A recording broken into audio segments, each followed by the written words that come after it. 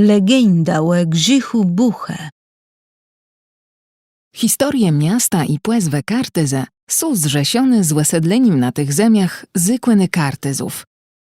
Fundatora kleśtory Kartyzów był w 1833 roku kasiepści szlachcec Jon z Rusocena i naci Ruziącena, któren wieraz pozdrzadku na muerdarstwo chce odkupić swój grzych.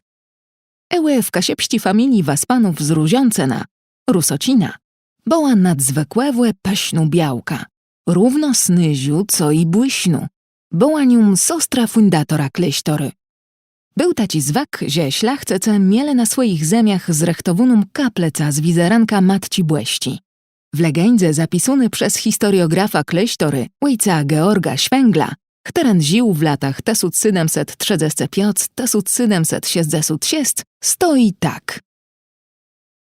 Ta miasta, będące jednego dnia w kaplece, zażądała od służebny, żeby ta potwierdziła, że je bardziej snyży, jak wizerank matci błyści.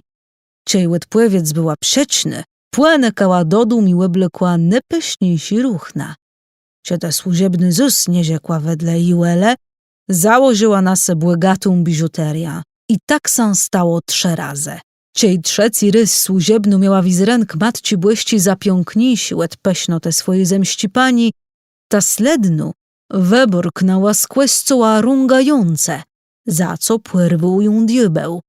Białka zdzinała we wiatrowim krącku. W zole ją diublenowie. Leno ze smidze 2 kartyścima jezoroma, na zamiach słuchających waspanom z Różącena, pastuś nalezł na smugu strojny bucek.